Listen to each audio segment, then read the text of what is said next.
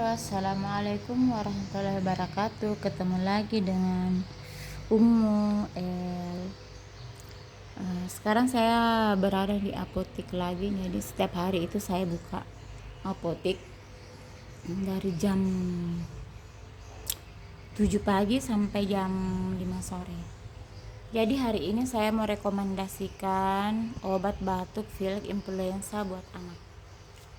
Ini dia namanya itu sirup Pimtrakol. Jadi ini adalah obat batuk, pilek, influenza yang bisa dikonsumsi oleh anak yang berusia 6-12 tahun dan juga dewasa. Obat ini mengandung paracetamol, ya. Ada demamnya, sudah ada GG, ada efedrin, chlorpheniramine. Jadi obat ini tuh bagus banget ya. Ini meringankan gejala-gejala flu, misalnya kayak demam, sakit kepala, hidung tersumbat, dan bersin-bersin yang disertai oleh batuk. Ini tuh recommended banget ya, bisa ditemukan di